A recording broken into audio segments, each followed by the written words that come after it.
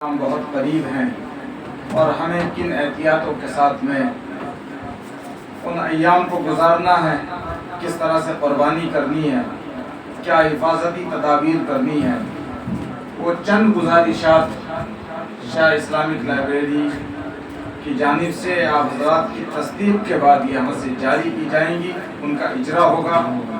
میں ان کو آپ حضرات کی خدمت میں پیش کرنے کے لیے عالی جناب محبوب عالم ایڈوکیٹ صاحب سے گزارش کروں گا کہ وہ تشریف لائیں اور شاہ اسلامک لائبریری کی طرف سے تمام مسلمانوں کے لیے عید الاضحیٰ کی ہدایات، حفاظتی احتیاطی تدابیر اور گائیڈ لائن کو سنا کر یہاں سے اجرا کرائیں۔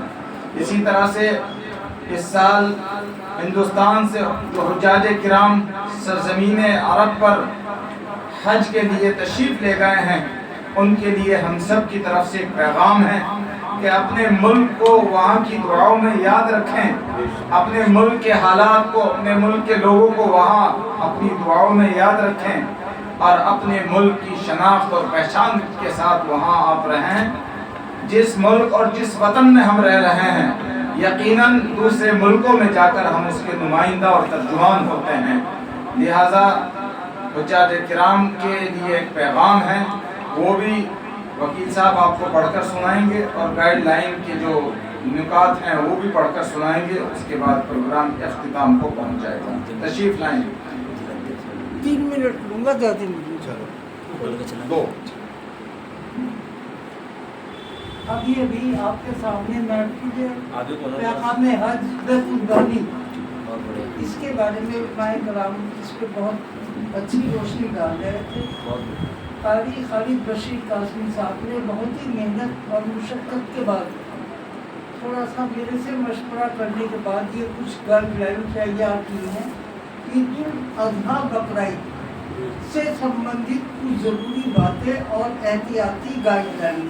نمبر 1، عید الاضحیٰ کی نماز عیدگاہ یا نکٹتم مسجد میں ہی ادا کریں، سڑک پر نماز پڑھنے سے پرہیز کریں۔ نمبر 2، پرتیبندھت یا شہرت والے جانوروں کی قربانی سے پرہیز کریں۔ نمبر 3، کھلے استھانوں پر قربانی کرنے سے بچیں۔ مشرق آبادی، جہاں انیہ دھرموں کے لوگ بھی رہتے ہیں، والے علاقوں میں گھر کے اندر ہی قربانی کرتے سمے وشیش ہوشیاری برتے۔ قربانی کے اوزار اور اوشیش کچرا سڑکوں یا سارجنک استھانوں پر نہ پھینکیں۔ جانور کو دکھاوے، پردرشن یا شہرت کے لیے چوراہوں، بازاروں یا سارجنک استھلوں پر لے جانے سے بچیں۔